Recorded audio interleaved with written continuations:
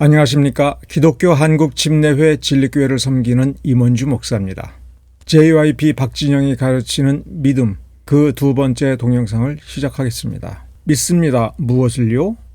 인정받지 못하는 믿음 오병이어라고 하는 주제로 1년 전에 강좌한 이 동영상에서는 29분 45초서부터 49분 50초 사이에 약 20분 정도의 분량을 다루고자 합니다. 이 구간에서 박진영 씨는 요한복음 8장 30절과 31절, 요한복음 8장 46절 이 두 군데 구절을 이어서 하나의 문장, 하나의 명제를 만들어서 문제를 지적을 합니다. 모순적인 것처럼 보이는 문장을 제기를 합니다. 요한복음 8장 30절, 31절에서 예수님은 유대인들에게 믿음이 있구나 이렇게 인정을 하시고는 바로 이어서 46절에서 믿는 유대인들에게 너희는 어찌하여 나를 믿지 않느냐, 믿는데 믿지 않는다라고 하는 모순적 충돌을 일으키는 문장을 제시를 합니다. 이러한 화법이 여기에만 있는 것이 아니라 마가복음 9장 24절에서 예수님을 향하여 내가 믿나이다, 나의 믿음 없는 것을 도와주소서.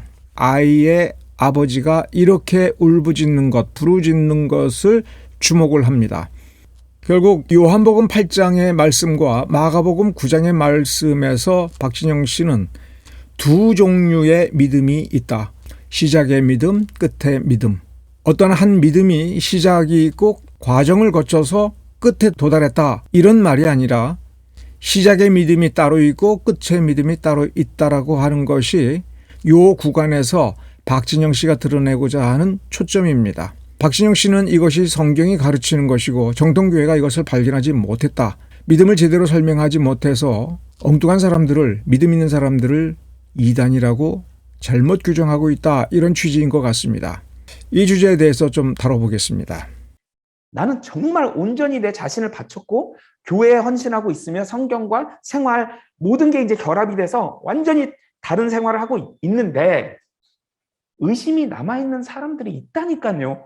그 첫 번째 믿음을 이렇게 전제합니다. 온전히 헌신하지만 여전히 인간이기 때문에 양심이 살아있기 때문에 의심이 있고 믿어지지 않고 쉽게 받아들이지 않는 그러한 믿음도 믿음인데 이거 인정받지 못하는 믿음이다.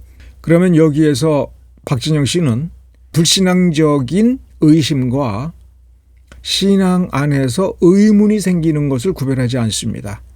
그런데 말을 잘 들어보면 박진영 씨는 못 믿겠다, 안 믿겠다, 불신앙적이다, 거의 성경적 표준에서 말하는 불신앙적이다라고 하는 그 부분까지도 그건 믿음으로 인정해야 된다는 취지인 것 같습니다. 마가복음 9장 24절로 돌아가서 이 부분을 우리 한번 검토를 해봐야 됩니다. 내가 믿나이다, 나의 믿음 없는 것을 도와주소서.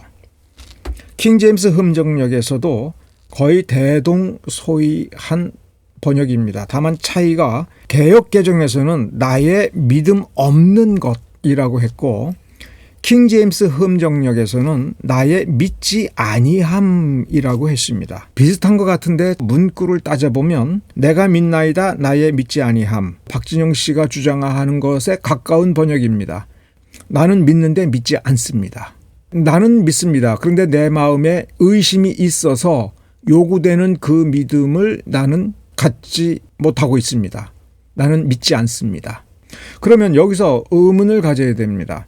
킹제임스 흠정역이 성령의 인도하심을 받아서 계시받아서 영어로 번역을 했고 그 번역을 한글로 번역을 할 때 오류 없이 번역을 했다 하면 정말 두 개의 믿음이 존재하는 건데 그중에 하나는 내가 가지고 있어서 그 믿음은 믿습니다. 근데 또 다른 믿음은 아직 없어서 나는 그거 못 믿겠습니다라고 하는 식의 박진영 씨 번역이 그리고 그 이해가 맞을 수도 있겠죠. 그러면 개역개정이 나의 믿음 없는 것은 정말 성령 없고 성경 본문을 이해하지 못하는 불신앙적이고 패역한 번역인가? 그러면 언제 저는 실제로 믿게 됐느냐? 내가 진짜 이걸 믿게 된 게 의심이 사라진 게 이걸 했기 때문이야라고 말할 그게 없다니까요. 그래서 지금 우리 교회에 사실 거듭나지 않은 분들도 많잖아요. 저는 왜 이렇게 안 믿어지는 거, 왜 의심이 안 사라지죠? 제가 드릴 수 있는 말은 그냥 붙어 있으세요밖에 없어요. 뭐가 없다니까요. 박진영 씨는 이렇게 얘기하다가 갑자기 뜬금없이 이해정론 얘기를 합니다. 이게 그러면 예정론이 돼버리느냐? 우리가 할 수 있는 게 없다. 하나님이 일방적으로 해주시던 아니던 주권이 오직 하나님에게만 있고 우리는 할 수 있는 게 없어서 이게 예정론이냐? 답답합니다. 예정론이 아니라는 거를 정말 우리가 많이 강조하는데, 그죠? 모든 인간의 미래는 우리 선택에 달렸다라는, 우리 인생의 중요한 모든 일은 우리 선택에 달렸다는 얘기를 끝없이 반복하는데, 자, 이 구간에서 두 가지 중요한 얘기를 합니다. 첫 번째는 거듭나지 않은 사람이 이 중에 있다. 그러면 거듭나지 아니한 그 사람은 신자인가 아닌가? 박진영 씨가 두 가지 종류의 믿음이 있다라고 얘기를 한다면, 믿음이라고 하는 것은 선택이다. 그렇다면 거듭나지 않았지만 믿기로 선택하고 교회에 와서 헌신하고 시키는 대로 하는 사람도 신자가 아니냐라고 하는 취지의 그 내용을 지금 밑에 깔고 있는 거고, 그거를 전제로 설정하면서 그거를 입증하려고 하고 있다라고 하는 것이 여기서 드러나고 있는 겁니다. 다시 말하면 이런 뜻입니다. 성경에서는 거듭난 사람을 원하고 거듭남이 목적이고 구원이 목적인데 구원받지 못하였으나 설교에 동의를 하고 예배에 동의를 하고 와서 참석하여 앉아있고 교회에서 시키는 대로 하고 믿으려고 하는 그 사람도 신자 아니냐? 왜 그들을 신자 아닌 것처럼, 참된 신자가 아닌 것처럼 얘기하느냐? 그건 잘못됐다. 박진영 씨가 가르치는 믿음의 속성을 설명하려고 예정론을 지금 공격한 겁니다. 그런데 여기서 박진영 씨가 예정론에 대해서 그러면 정확히 파악하고 있느냐 하면, 이 내용만으로도 박진영 씨는 예정론이 뭔지, 예정론 논쟁이 무엇을 다투는지에 대해서 전혀 이해하고 있지 못합니다. 오히려 박진영 씨와 같은 이해는 로마 교황청을 옹호하고 나중에 트렌트 공의회를 통해서 로마 카톨릭이 만들어질 때 그 노선에 서서 루터와 칼빈을 반박한 사람들, 여기에서 벌어진 예정론 논쟁, 그리고 17세기에 벌어진 예정론 논쟁의 본질과는 아무 상관이 없는 근대 시민사회, 근대 서구사회에서 예정론에 대한 오해를 전반적으로 근거하여 예정론을 비판하고 있습니다. 즉 박진영 씨처럼 예정론을 이해한다는 건 뭐냐면, 하나님도 피조물과 다를 바 없거나 우리 인간의 문제에 있어서 우리가 가지고 있는 주권은 하나님도 어찌할 수 없는, 그래서 주권에 관한 한 하나님의 주권이냐 인간의 주권이냐 이렇게 충돌하는 것으로 보고, 하나님의 주권이 100% 절대 주권이면 인간은 인간이 아니고 로봇가 되는 것이고, 하나님이 시키는 대로 그 운명이 결정되는 거다. 하나님이 주권을 50% 가지면 그러면 우리는 50% 갖는 것이고, 하나님의 주권이 80%면 우리는 20%밖에 안 되는 거다. 이거는 어떤 발상이냐면, 하나님의 주권을 인간의 정치공학으로 이해하는 겁니다. 왕권이 강화될수록 시민의 권리가 약화되는데, 자, 현대사회는 시민사회니까 왕은 빠지세요. 지금 이거하고 똑같은 거예요. 그래서 박진영 씨가 인간의 운명을 결정하는 데 있어서 하나님은 개입하지 못합니다. 인간이 죽음을 선택을 하면 하나님의 시간이 되었을 때 그때 죽음을 주시면 됩니다. 자, 그러면 여기서 죽음이란 무엇이냐 할 때, 인간의 죽음은 자연스러운 현상이다.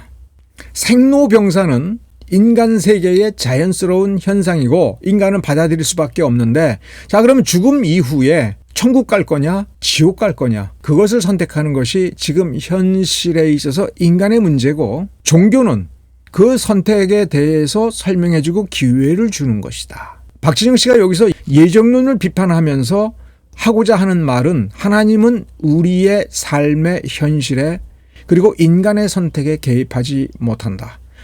믿음은 인간이 만들어내는 거다. 그것이 박진영 씨가 두 개의 믿음을 설명하면서 첫 번째 시작의 믿음이다라고 하는 겁니다. 이 믿음도 진짜다.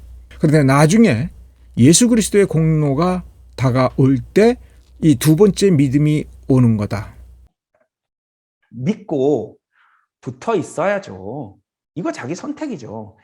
탕자의 비유란 얘기를 예수님이 왜 만들어서 우리에게 주셨겠어요? 탕자의 비유는 실제 얘기가 아니죠. 예수님이 만드신 얘기예요. 왜 줬냐면, 자, 너희가 결심을 했어. 아버지한테 걸어가기로. 계속 가야 돼. 이게 자기 선택이에요. 자, 안 돌아서는 사람이 많고, 걷다가 에이 몰라 하고 옆길로 새는 사람도 많기 때문에 결심을 하고 계속 걸어가는 건 선택이에요. 그건 본인의 선택이에요. 그래서 예정론이 아닌 거예요.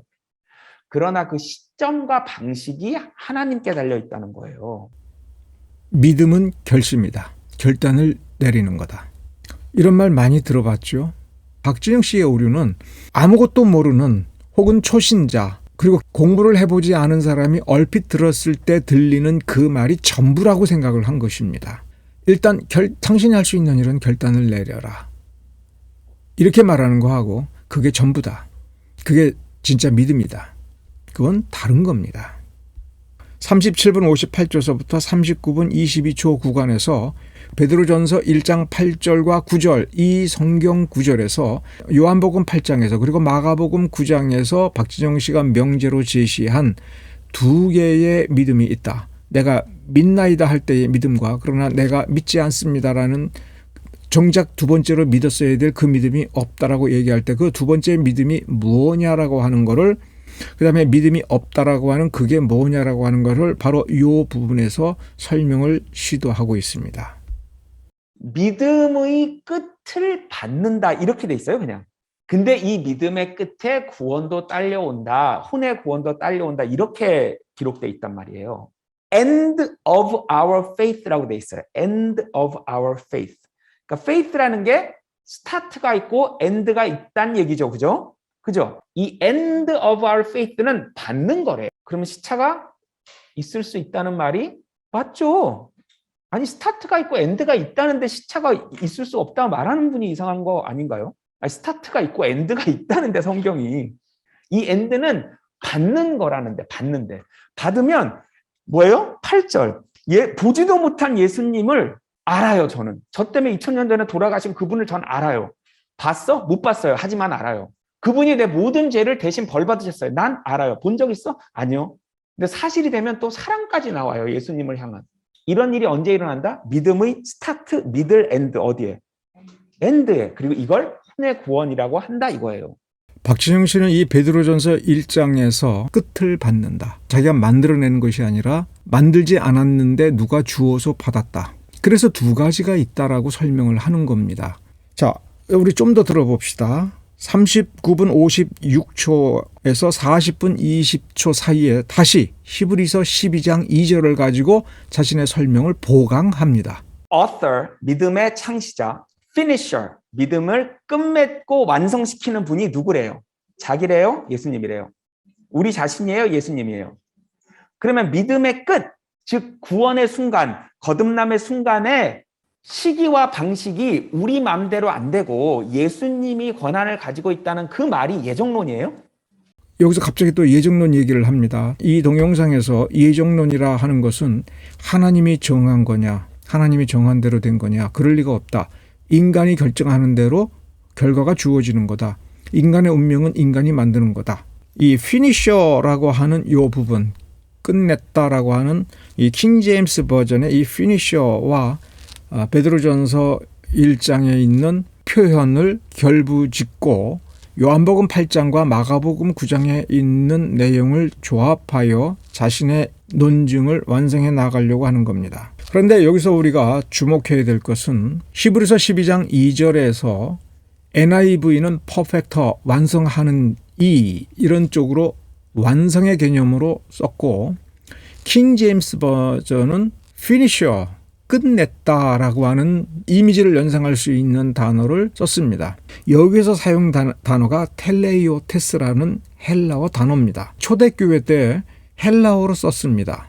finisher라는 영어를 쓴 게 아니라 헬라어 텔레이오스라고 하는 단어를 썼습니다. 우리는 이 텔레이오스라는 단어를 종합적으로 좀 이해할 필요가 있습니다. 정말 finisher라는 개념, 박진영 씨가 설명하는 것처럼 두 가지 중에 끝에 있는 처음의 것과는 다른 종류와 질의 특성을 가진 그것이 피니셔인가. 그래서 예수님이 따로 자기가 믿음을 하나 만들어 놨다가 제대로 믿기로 결단한 사람이 어느 시점에 이르렀을 때에 이젠 됐어 하면서 그때 선물로 주고 그 신자는 그걸 받아서 거듭난 신자가 되는 것인가. 이 개념이 이 텔레이오스라는 이 단어에서 입증될 수 있는가를 봐야 되는 거죠. 히브리서 5장 14절에 텔레이오스라는 단어가 사용되었습니다. 히브리서 5장 14절에 킹제임스 흠정역으로 제시해 드리면 그러나 단단한 음식은 장성한 자들의 것이니 라고 하는 표현이 있습니다. 장성한이라고 하는 단어가 of full age, 충분한 나이가 된 이라는 개념이에요. 자, 그러면 여기에서 장성한 자들은 반대 개념이 어린, 미숙한 자들이죠. 어린아이들 혹은 미숙한, 장성치 못한 자들과 장성한 자들 두 가지 종류의 사람이 있어서, 그렇죠? 현실은 두 가지 종류의 사람이 있어요. 그러나 개인을 놓고 보면 단단한 음식을 먹지 못하는 미숙한 사람, 초보 신앙인이었다가 믿음이 성장하면서 단단한 음식도 먹을 수 있는 사람이 되는 건가? 즉, 단일한 한 사람이 성숙의 과정을 거쳐서 이제 장성한 단계에 도달했는가? 그러면 한 사람이죠. 근데 박진영 씨의 설명대로 한다면 단단한 음식을 먹을 줄 아는 임원주가 따로 있고 단단한 음식을 먹지 못하던 임원주가 있는데, 단단한 음식을 먹지 못하는 임원주가 단단한 음식을 먹는 과정의 길을 향하여 가다가 어느 시점에서는 그 임원주가 아닌 단단한 음식을 먹을 줄 아는 장성한 임원주를 내가 하나님으로부터 받아서 그게 내가 되었다. 이런 식으로 설명이 된다면, 히브리서 5장 14절이 이렇게 설명이 된다면 박진영 씨의 믿음 설명이 맞는 거예요. 똑같은 텔레이오스가 히브리서 5장 14절에서 분명히 암시하는 거는 성숙의 과정을 거쳐서 안정된 성숙한 단계에 도달한다. 사람은 단일하다. 똑같다. 이렇게 결론을 내려야 마땅한 그런 개념을 가진 단어라는 거예요. 자, 그러면 믿음의 시작이 있고 끝이 있을 때 두 가지 종류의 믿음이 있다. 시작의 믿음이 있고 완성된 믿음이 있다. 이렇게 얘기해야 더 이 텔레이오스라는 단어를 더 잘 정확하게 반영을 한 것인가?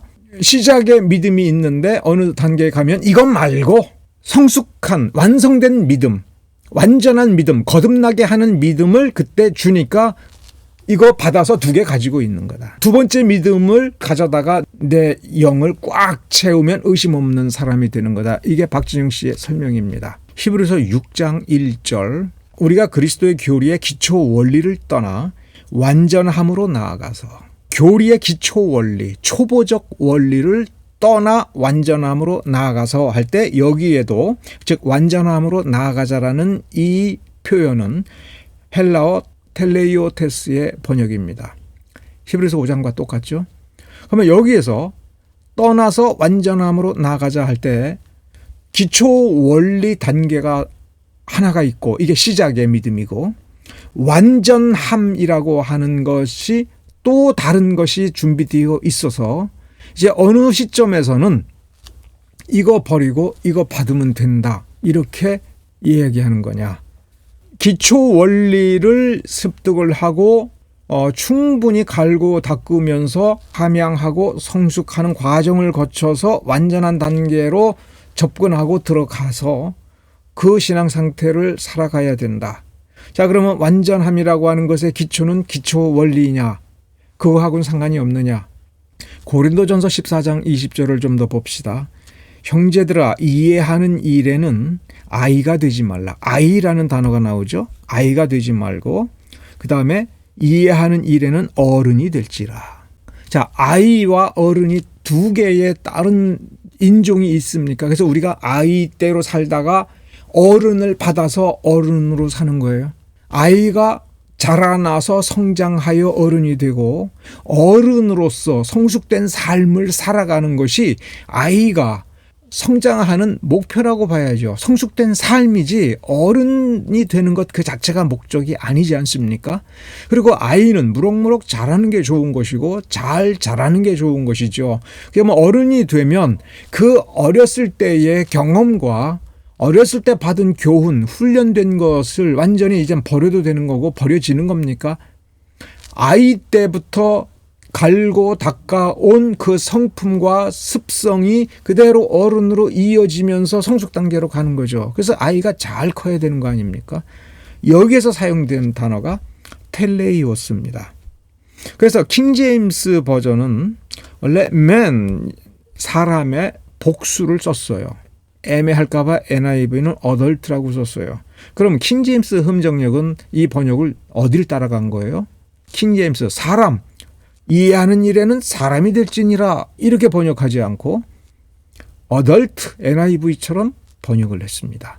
근데 여기서 중요한 건 이 텔레이오스는 성숙을 전제로 하고 있어요. 야고보서 1장 4절에도 텔레이오스라는 단어가 나옵니다.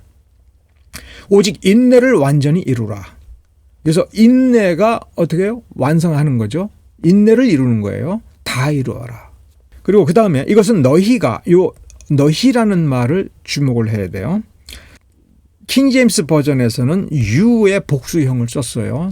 너희가 완전하고 완벽하여. 킹제임스의 영어 성경에는 perfect and entire라고 썼어요. 누가? 주어가 뭐예요? you, 너희, 사람이에요.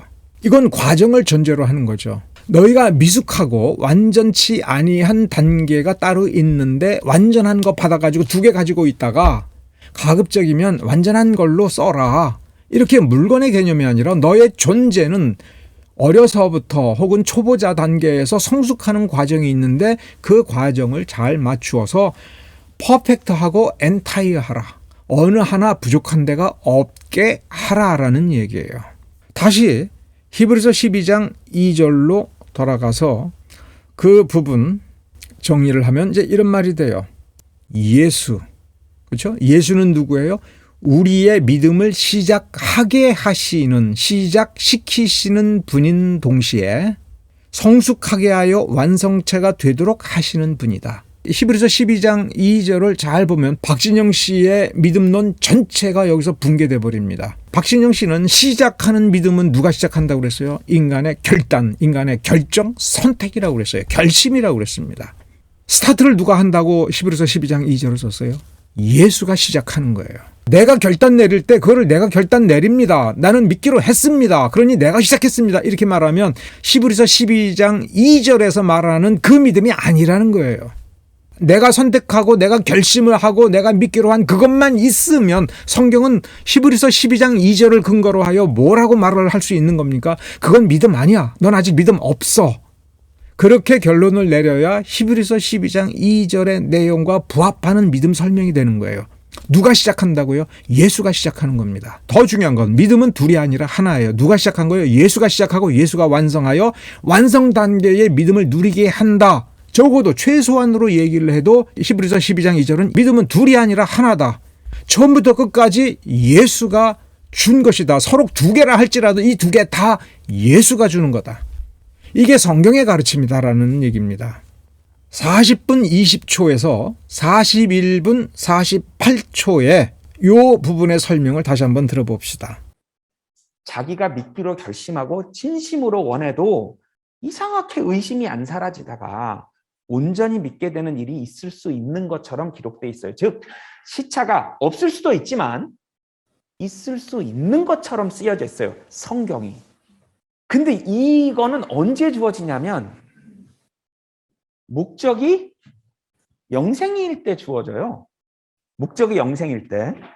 성경 공부를 하든 예배를 하든 예수님께로 다가올 때에 영생을 얻으려는 목적으로 올 때만 예수께서 그를 받아들이고 그 믿음을 준다라는 취지죠. 근거 구절로 2군데를 지적을 하고 있습니다. 요한복음 5장하고 로마서 6장 한번 살펴봐야 돼요. 요한복음 5장 39절과 40절입니다.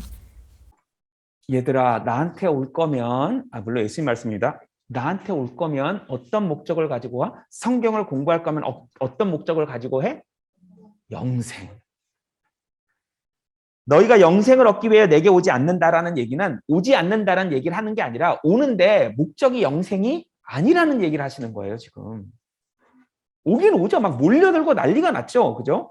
예수님 또 도망가시고 또 도망가시고 몰려오는데 목적이 영생이 아니야. 그럼 도망가세요. 나를 이 세상에서 임금 삼으려고 해? 도망가세요. 자, 요한복음 5장 39절과 40절을 여러분 자세히 한번 보셔야 됩니다. 위에는 개역 개정이 있고 밑에는 킹제임스 흠정역을 제가 배열을 해놨습니다.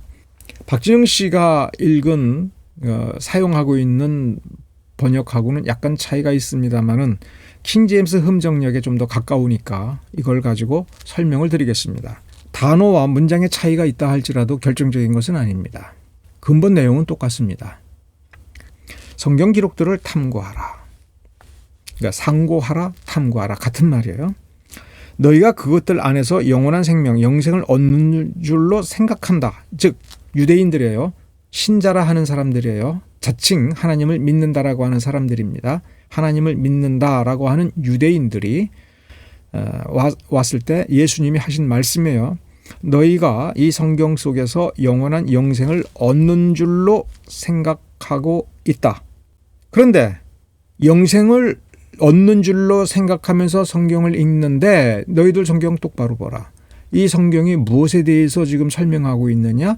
나에 대하여, 예수님에 대하여 증언한다. 그러니까 이 말의 취지가 뭔가를 여러분 잘 생각해 보셔야 돼요. 영생을 얻으려면 당연히 성경을 읽어야 돼. 좋아, 그래. 그런데 영생을 얻으려고 성경을 읽으면 거기서 뭐가 보여요? 예수가 보여. 왜? 예수가 생명이며 예수가 이 영생을 주는 이라고 지금 증거하고 있지 않느냐. 이 뜻이에요. 이렇게 해석을 해야 맞는 거예요. 성경 전체를 읽을 때에 영생을 얻기 위하여 읽는 것이 옳으냐 그러냐의 이 문제를 예수님은 지금 따지고 있지 않아요. 사실은 이거 틀린 겁니다. 그런데 좋아. 그런 생각으로 읽어도 좋아. 그렇다면 너희들은 당연히 나한테 와야 되는데 이게 정상인데 너희들이 안 나와. 너희들이 나한테 안 나와. 나를 안 믿어. 그러면 너희들은 성경 잘못 읽는 거야. 개역 개정으로 요 문맥을 한번 봅시다. 39절과 40절에 이어지는 47절까지의 문맥의 흐름. 박진영 씨도 이 동영상에서 이 부분에서도 뭐라고 그러냐면 성경 잘 읽어야 된다. 문맥을 읽어야 된다. 자세히 읽어야 된다. 이런 얘기를 해요. 맞아요. 꼼꼼히 읽어야 돼요. 자, 내게 오기를 원하지 않는다. 지금 예수님 앞으로 이 사람들이 나오지만 너희들 속에서는 나한테 오기를 원하지 않는 마음을 품고 있어. 너희에게 지금 당장 이로운 무언가가 있어서 지금 몸은 나한테 나오지만 너희들의 마음은 나한테 안 나오고 있어. 그래서 마음으로는 나를 영접하지 않고 있어. 이 뜻만큼은 객관적으로 분명하잖아요. 그리고 박진영 씨처럼 해석을 하게 되면 이해가 닿지 않는 이상한 말이 나오는 게 나는 사람에게서 영광을 취하지 않는다. 이 말을 툭 던져요. 이 말을 던진 목적은 그 뒤에 너희는 서로 영광을 취하고 이 말이 무슨 뜻이냐면 성경을 읽는 것이 너희들끼리 서로 잘난 척하려고 그렇게 읽고 있다. 너희들이 영생을 얻는 줄 알고 성경을 읽는다고 하는 거는 다 이거 거짓말이야. 너희들의 속마음은 서로 잘난 척하려고 읽는 거야. 그러니 너희들의 주장과는 다르게 성경의 참뜻을 발견하지 못하고 성경의 증언의 목소리를 듣지 못한다. 이 취지예요. 좀 더 노골적으로 내가 너희들을 아버지에게 가서 고발하면서 쟤네들 가짜로 믿어요. 말만 저렇지 실제로는 다 뻥입니다. 이렇게 고발할 거라고 생각하지 말라. 고발하는 이는 따로 있다. 누구냐? 바로 너희들이 읽고 있는 그 구약 성경 모세 오경을 기록한 모세다. 46절과 47절을 읽어보면 너희들은 모세도 안 믿는 거야. 너희들은 지금 모세도 안 믿어. 그러니까 너희들은 지금 성경을 읽고 영생을 얻을 줄로 믿고 성경을 읽는다고 하지만 너희들은 모세도 안 믿고 따라서 이 성경도 안 믿고 있는 거야. 이 성경을 믿어. 그래서 모세 오경을 믿음으로 읽었으면 너희들은 당연히 나를 발견했을 거야. 나에 대한 증언이니까. 47절에 한 번 더 아주 못을 박아버리죠. 그의 글도 믿지 아니하거든 어찌 내 말을 믿겠느냐. 자, 로마서 6장 23절 설명을 합니다. 박진영 씨가. 죄의 대가는 사망인데 예수님이 주시는 건 영생이래요. 그러면 죽음과 영생 사이에 무슨 문제가 있는 거예요, 지금? 죄 문제가 있는 거예요. 그 죄를 없애주러 오신 거라니까요, 예수님이. 성경은 왜? 이 죄 없어진 거 알으라고 주신 책이에요. 죽음과 영생 사이에 죄 문제가 있다니까요. 여기서도 두 가지에 주목을 하셔야 됩니다. 죄가 어디에 있느냐를 여러분 주목하셔야 돼요. 그 다음에 성경은 왜 기록이 되었는가에 대해서 매우 중요한 진술을 한 겁니다. 첫째, 죽음과 영생의 사이에 죄가 있다. 죽음과 영생 사이에 이 죄 때문에 영생을 못 누리니까 예수님께서 이 죄를 없앴다. 그 성경을 읽어보면 우리는 더 이상 죄 문제가 없는 거구나. 이거를 발견하여 영생을 누리는 삶을 살아라. 이 뜻 아닙니까? 박진영 씨가 한 얘기가. 그런데 이 박진영 씨의 설명은 성경을 잘못 얘기한 겁니다. 창세기 1, 2, 3장을 잘 읽어보면 죽음은 자연스러운 것이 아니라 죄를 지은 것에 대한 대가요 형벌입니다.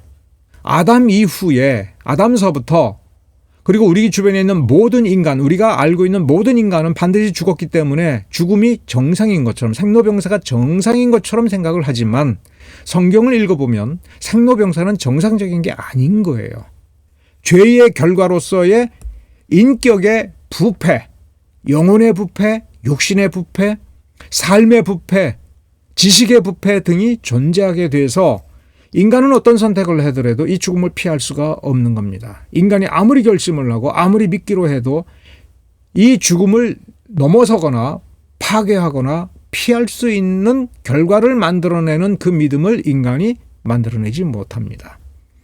그래서 하나님께서 주신 것이 인간의 이 죄의 결과로 빚어진 인생 경로가 아닌 믿음과 구원이라고 하는 별도의 길을 통했을 때에 비로소 영생, 영원한 축복된 삶으로 갈 수 있도록 해주신 겁니다.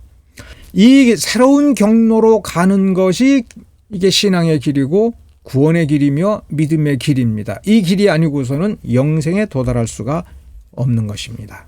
박진영 씨가 아주 가볍게 짧게 한 말이 이 죄가 없어졌다는 사실을 알라고 기록된 것이 성경이라고 그랬죠.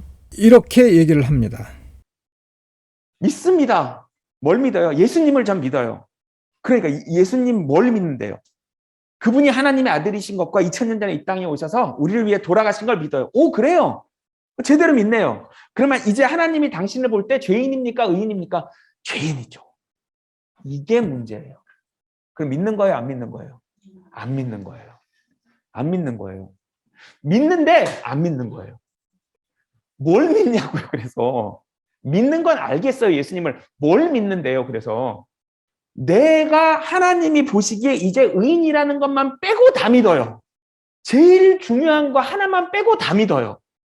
반대인 건 괜찮아요. 난 아직 다른 건 모르겠어. 천국이 있는지 뭐 우리가 죽어서 뭘 물려받는지 부활이 어떻게 했는지 나 그건 모르겠는데 예수님이 십자가에서 나 대신 내가 평생에 지을 모든 죄 대신 벌 받은 거 난 그건 믿어.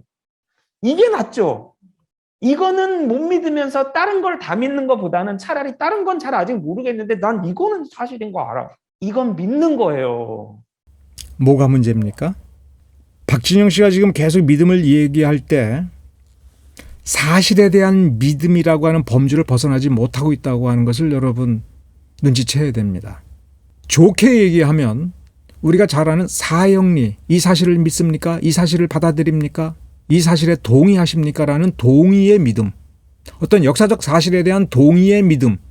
그런데 그 역사적 사실 속에 예수의 속죄, 죄가 없어졌다는 사실을 믿어야 진짜 믿음이다라는 식으로 얘기를 합니다. 기독교 믿음이 이런 것이냐? 아무것도 모르는 사람들한테 이 사실을 믿어야 돼. 이게 사실이야 라고 말하는 그 정도가 기독교 믿음의 전부라고만 지금 박진영 씨는 알고 있는 겁니다. 아무리 좋게 얘기를 해도 박진영 씨가 경험하고 있는 그리고 박진영 씨가 비판하고 있는 정통교회 신앙세계는 실제 정통교회 신앙세계가 아니라 사형리라는 틀 안에서 경험한 그게 전부구나라고 생각하는 겁니다. 그 사형리를 그대로 구축하여 그 믿음의 원리대로 자기의 독자적인 교회를 만들어갔다 한다면 그게 구원파입니다. 그래서 박진영 씨의 신앙이 구원파적 신앙이다라고 하는 의심을 벗어나지 못하는 것이 이 믿음 이해의 수준이 딱 이 정도이기 때문에 그렇습니다. 사실에 동의를 해야 된다는 거예요. 그러면 영생이 온다는 겁니다. 지금 뭐가 빠진 겁니까?